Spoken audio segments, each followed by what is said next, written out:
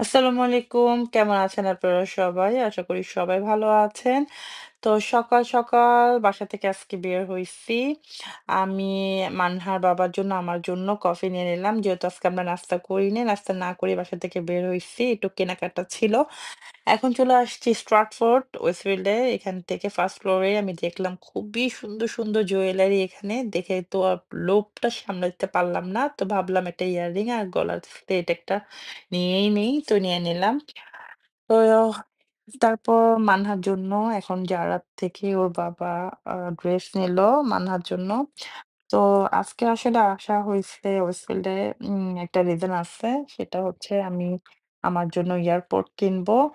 মানহার বাবাকে অনেকদিন ধরেই বলছিলাম আমাকে একটা এয়ারপোর্ট কিনে দেয়ার জন্য।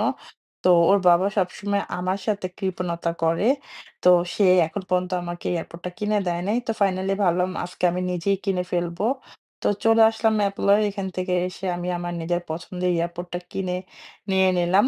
ওর বাবা কিন্তু দেখা যায় এমনি আ চাচাতো ভাই, মামাতো ভাইদেরকে কিন্তু টাকা-পয়সা দেশে আ অনেক টাকা-পয়সা কিন্তু সে পাঠায় বা দেয়। কিন্তু সে দেখা যায় যে আমার জন্যই তার মাঝেমধ্যে কৃপণতা তার কাজ করে। সে সবসময় আমাকে বলে, "তোমার কাছেই তো আছে।" তো এই জিনিসটা সে সবসময় আমার সাথে করে যেটা তার খুব আ খারাপ একটা সাইড বলা চলে। তো এজন্য মাঝে, মাঝে একটু মনও খারাপ হয়। মন যে খারাপ হয় না তা না। তো যাই হোক কি আর করার।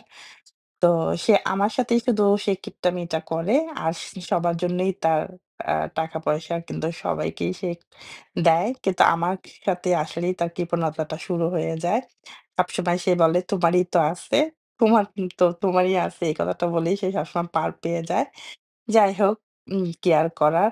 আর তারপর আমি আমার পছন্দের পারফিউম দেখলাম।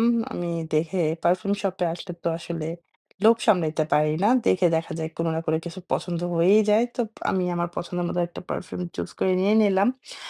আর যেটা বলার আ না বললেই না। তো অনেক সময় দেখা যায় কিছু কেনাকাটার ভিডিও যদি আপলোড করি অনেকের খুব কষ্ট লেগে যায়। অনেকের মনে হয় যে এটা কিনছে, সেটা কিনছে। তো মানুষের খুব কষ্ট লেগে যায়।